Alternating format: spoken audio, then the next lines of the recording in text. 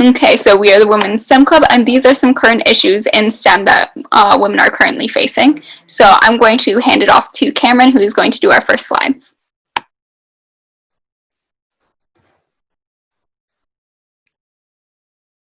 Okay, so how many women actually work in STEM? So for years, women have been underrepresented in STEM university courses and occupations, and using recent UCAS data from the HESA and findings from WISE campaigns, we can take a closer look at some of the women in STEM statistics to see the gender imbalance throughout STEM fields. This data is all from the UK. So, okay, so the general outlook for female students, only 35% of STEM students in higher education in the UK are actually women, which is obviously not the best numbers for us. And then secondly, if we look at a subject breakdown, for physical sciences between 2017 and 2018, 39% of students studying were female, and in mathematical sciences, in the period, the percentage of female students was just 37%. And when we look at the numbers for computer science related degrees, only 19% were female, with a staggering 81% being male. And similarly, the percentage for female students studying engineering and technology degrees make up a mere 19% of total students between 2017 and 2018. And then for the general outlook for female graduates, since 2015, the number of women in STEM has grown from 2,000 to 24,000 in 2018. So services appear to show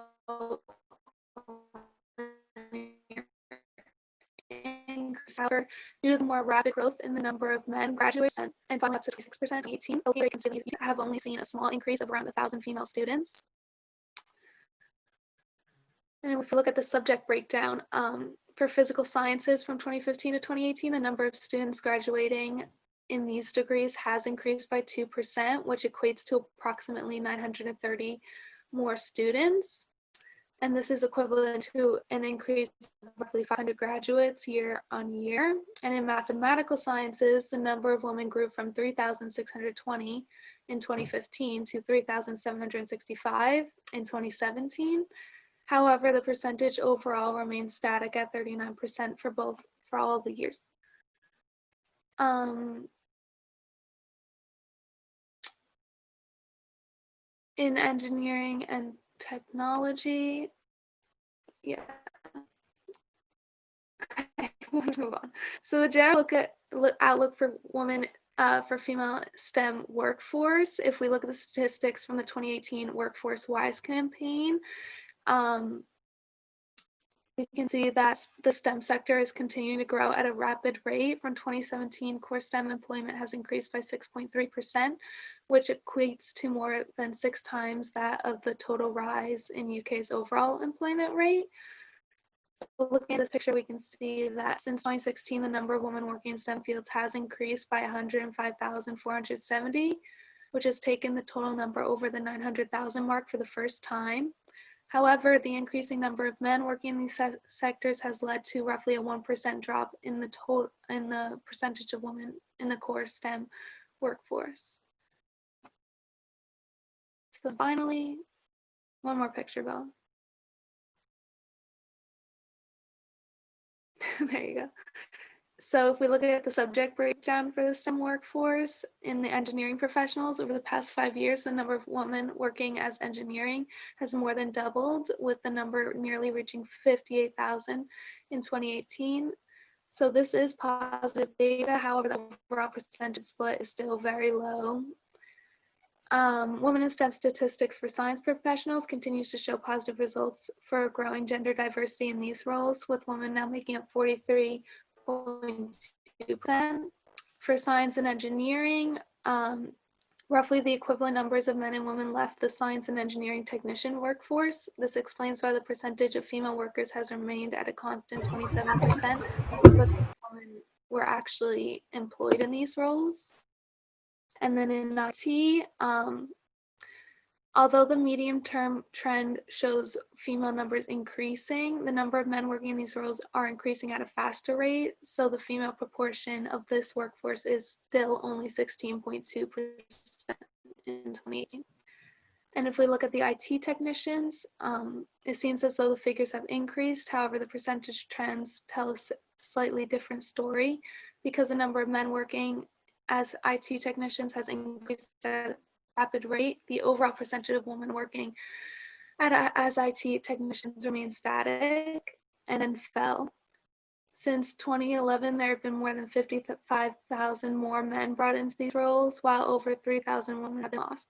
So in conclusion, from these statistics, it's clear to see that there's still more work to be done to reduce the gender gap in STEM fields. Overall, the percentage of female graduates with core STEM degrees is steadily growing. However, the split is still just 26%. This figure is also translated in the female STEM workforce, with women making up 22%. This shows that some work needs to be done to encourage women to both study these subjects and transition into the workforce.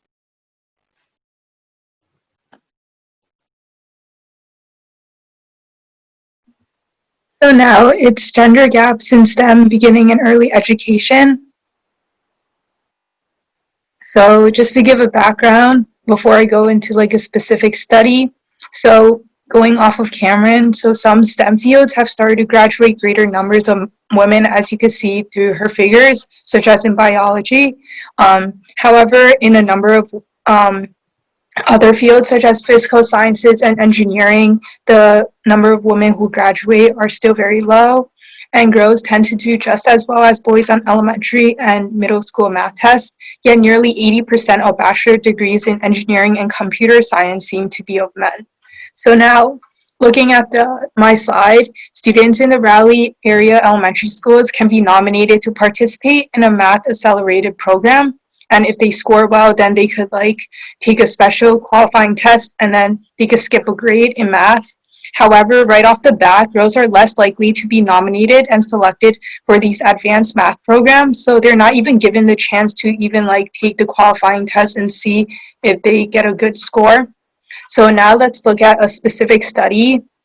So researchers Stephen Hemmel of UNC and Matthew Leonard of Harvard found that third graders who score particularly well on the state math test are about evenly split gender-wise, so 53% male, 46% female, but there was a bigger disparity among those nominated for the Celery math program, so 61% male and 39% female. And then the gender gap grew even more when looking at students who passed the qualifying test and joined the program, 67% male and 33% female. And then when the researchers looked at who remained in the program into middle school, the gap had extended to 69% male and 31% female. And then on to the next slide. So moving towards more like high school data. So in high school, girls score just as well as boys in STEM subjects, yet girls are less likely to earn a college degree in STEM. So the researchers Hemmel and Leonard hypothesized that stereotype threat might be at play. So stereotype threat means that individuals perform worse on tasks when they feel at risk of confirming a stereotype about their group, like girls being worse at math. So they found that this form of prejudice through analysis of the scores on teacher-graded exams versus exams that were blind graded was fairly prevalent among teachers. So elementary school teachers are predominantly female, and many are anxious about teaching math, which can lead to lower achievement in math for girls. And this can also be seen at the high school level, where anxious teachers might be overly reliant on textbooks. And like a lot of images in these textbooks are like of male like scientists, which can subconsciously trigger self-doubt in girls. So one study found that when female high school students viewed chemistry textbooks containing pictures of female scientists, they actually performed better than those female students who viewed textbooks containing only pictures of males. And then there's also another study with 6 researchers from UNC at Charlotte and Duke University. So for like some reference, like some parameters, basically they were studying a sample of 16,300 students who went to middle school and high school in North Carolina and later attended one of the 16 colleges in the UNC system. And the result illustrated a positive and significant association between the proportion of female math and science teachers in a high school and the likelihood that a female student would choose a STEM-related major in college. And it can be concluded from it that female math and science teachers may help encourage interest among girls by pushing them to take risks and go against stereotypes and by raising their confidence in their abilities.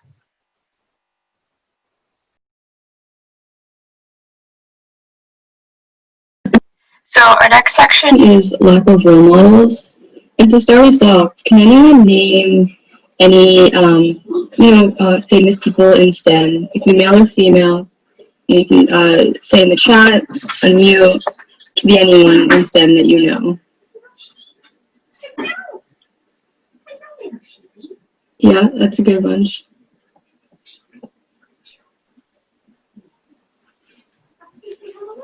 Okay, so going to the next slide. When you think about the most famous people in STEM, they're overwhelmingly men, especially like Mark Zuckerberg, Stephen Hawking, Albert Einstein. All of like the very famous names that we know in STEM are men.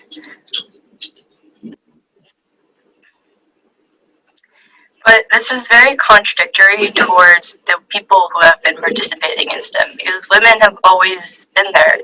In the 16th century, we had Maria Winckelmann. She was a very smart astronomer. She conducted groundbreaking research on sunspots, comets, and the aurora borealis, and her research is what we still use today. Alice Ball in the 1800s, she created the treatment for leprosy, and the equivalent for that today would be if one woman single-handedly created the vaccine for COVID. And Grace Hopper, she developed multiple computer languages and is considered one of the very first modern computer programmers, and her languages are still what we use today. So women have always existed in these fields. But why don't we know about these remarkable women?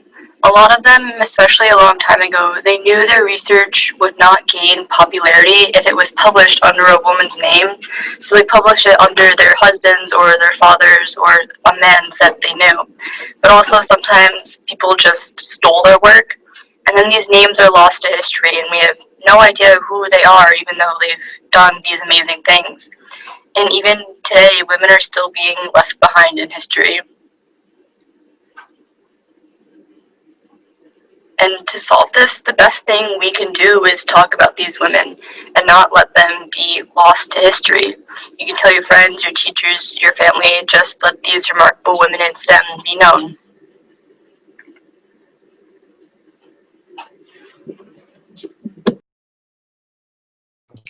Okay, so I researched how STEM is catered towards men, and before we get into it, I just want to say that like a lot of these things really shocked me because they're just insane. Okay, so pretty much sorry Bella, that was a little misleading.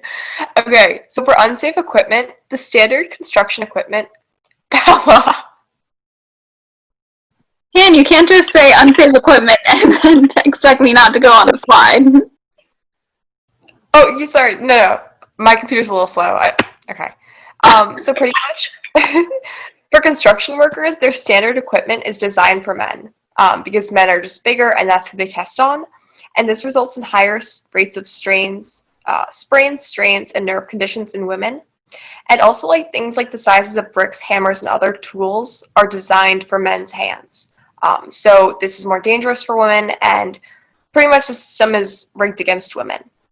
Also, body armor and stab vests don't really fit female frontline workers as well as men, and the results can be fatal.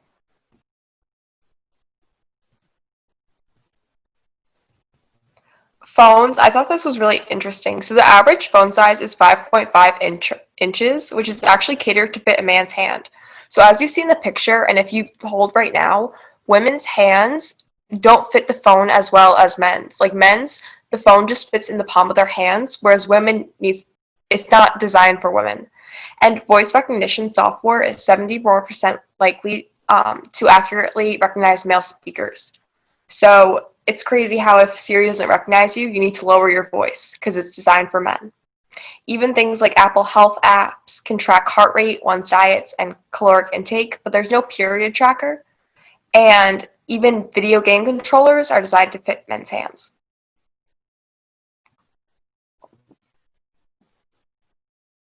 Car safety. So when women are involved in car crashes, they're 47% more likely to seriously be injured and 17% more likely to die.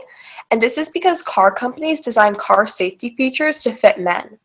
They test with male mannequins who are heavier and taller, and they don't really take as many precautions for females.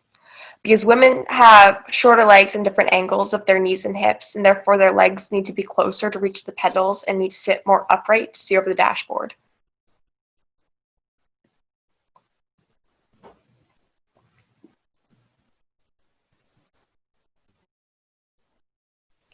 So just continuing at this, women are also at higher risk for rear end collisions.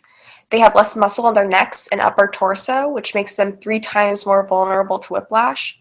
And modern seats in car companies are too firm to protect women against whiplash injuries because the seats throw women forward faster than men because the seat isn't designed for their lighter bodies. And testing car safety with pregnant crash dummies is still not government mandated in the US or in Europe.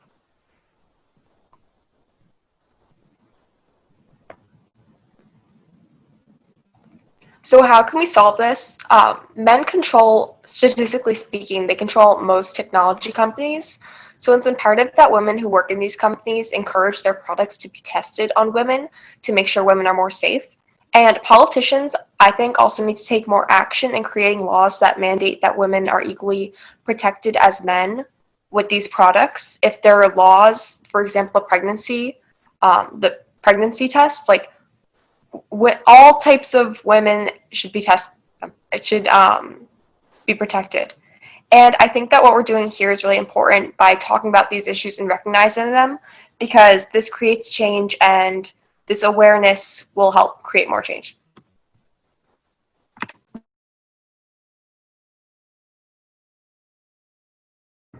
So, our next topic is imposter syndrome and how that specifically affects women in STEM. Now, I feel like imposter syndrome has become an increasingly popular topic nowadays, but here we're going to talk about how it applies to women in STEM. So, for those of you who don't know what imposter syndrome is, it is a collection of feelings of inadequacy that persists despite evident success.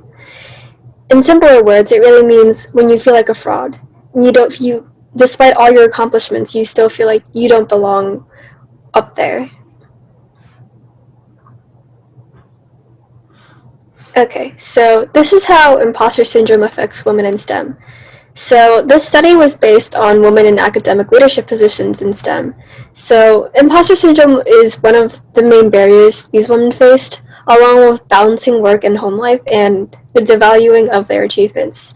And oftentimes, their ideas or work would be accredited to a man, undermining their value. And this can lead to feelings of inadequacy and fear of being pointed out as a fraud in their industry. That is what imposter syndrome is. So these companies, they don't have a huge female representation, and when they don't, it's hard to feel a sense of belonging as a female.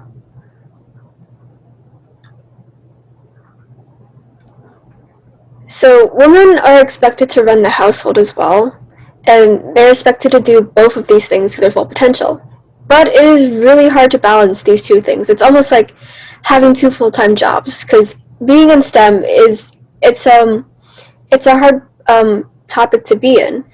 But raising children as well, you're expected to do both, and you're expected to do both well. Otherwise, it undermines each of those achievements. And it's kind of almost that mentality of like, how are they supposed to lead a company if they can't even lead their own household, which men aren't put to the same standard. And that's what makes women feel inferior. So how can we help with this? I think an important thing to do is to celebrate other women's achievements. Nowadays, STEM is a really competitive field, and obviously, with the low female representation, I think women should try to strive to push each other up, to make each other feel proud of their own accomplishments. And that is how we can combat imposter syndrome. So I'm going to be talking about sexism in STEM fields. So 50% of women who work in STEM have reported experiencing some form of discrimination because of their gender. This is compared to a statistic of 41% in non-STEM jobs, which also isn't good, but it is a 9% difference between non-STEM jobs and STEM. So this effect, but mostly the numbers were the most concerning in areas where women were working in computer jobs, women who hold postgraduate degrees, and women who are outnumbered by men at their workplace.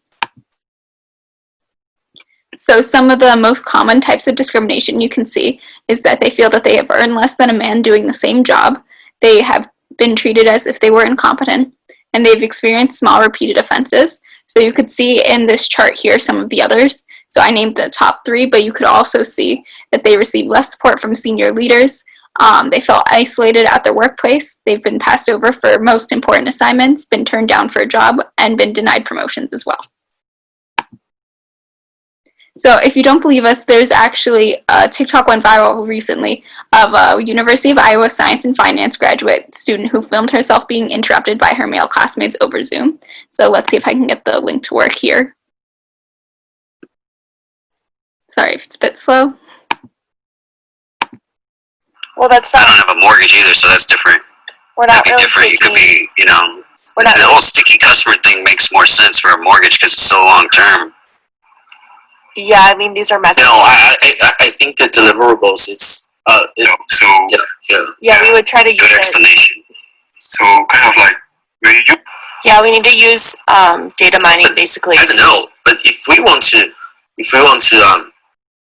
In our data mining, I think that we need to focus more on the customer specific data rather than the zip code. So because we want to really break down. input no. So if it's empty, means no bank. selling at this. So as you can see, she was constantly interrupted by her male classmates who thought that their opinions were more important with her. So that goes to show that they have constantly, women in STEM have constantly had to fight for their voices to be heard. Hold on. Okay, here we go.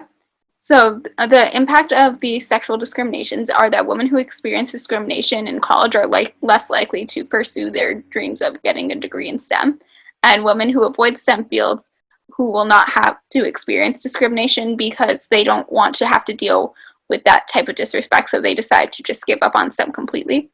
And women also experience burnout from trying to be perfect so that they avoid these feelings of discrimination. They want to not give any man any reason to have to talk over them, anything like that. So here we have a quote from Tracy Chow, who is the CEO of a tech company called Block Party. So she said, I have very personally felt the overwhelming loneliness, self-doubt, and frustration that often comes with the minority status of a woman in engineering. As much as I can help others get through or avoid those difficult stretches that I myself had to weather, I'd like to, as a bonus, the more women and minorities that enter and don't leave the field, the better it all gets for everyone, including me. So that just shows how many women are leaving STEM fields because of sexual discrimination and burnout. But there's hope we can solve these issues. So what we can do is discuss the importance of notable women in STEM as a way to encourage others.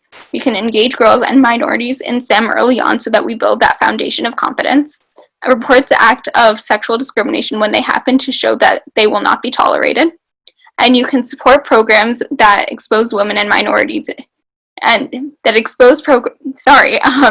support programs that will get women and minorities in STEM involved so that they have that opportunity. So I just wanted to recap everything so far. Sorry, I'm having some tech issues over here. One moment, please.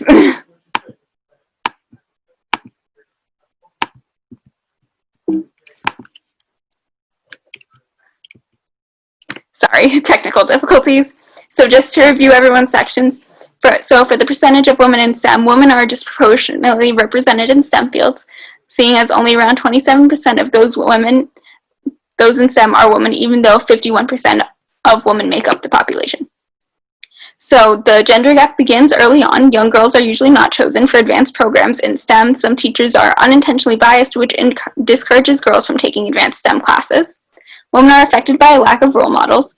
Most people associate men with STEM, even though there are many important women who have contributed to STEM. And STEM products are catered more towards men. So since men currently dominate the STEM fields, products related to STEM are made with men in mind, not women, which can cause safety issues. Imposter syndrome, when women in STEM are under a lot of stress to act perfect so that their achievements get noticed. Some women feel like they do not belong in STEM because they are struggling with the stress. And with sexual discrimination, women who work in STEM often do not receive equal treatment. They are recognized less and paid less, which discourages many women from working in STEM. But there are still solutions to all of these issues that we've discussed today. So we can fix the lack of women in STEM by encouraging more women to get involved in STEM, which is the purpose of this club here in this discussion. So to fix the gender gap that begins early, we can work with young girls to encourage them to pursue STEM, and teachers should be aware of the ratio of girls and boys when they're recommending them to advanced programs so that they can help be a part of the change and the difference. So women who are affected by a lack of role models, we need to talk about the achievements of women in STEM to spread the awareness that there are role models for young girls to look up to. We just have to look for them a little harder. So to fix the issue that STEM products are catered toward men, women in charge of STEM companies should make an effort to make their products are equitable for both men and women. And it is important to raise awareness about this issue that often goes unlooked. So for imposter syndrome, we need to celebrate other women's achievements and build a supportive network of women in STEM to uplift people and encourage them that they do belong in STEM. And finally, for acts of sexual discrimination, we need to report them when they happen to raise awareness of the issue. And we also need to get more women involved in STEM to foster a more inclusive environment so that women don't feel like a minority. So these are some of the sources that we used if you're interested in any more detail. Thank you for coming to our presentation. You can follow us on Instagram at MTHS_STEM-powered or subscribe to our YouTube channel, which is STEM-powered. I highly recommend you do both.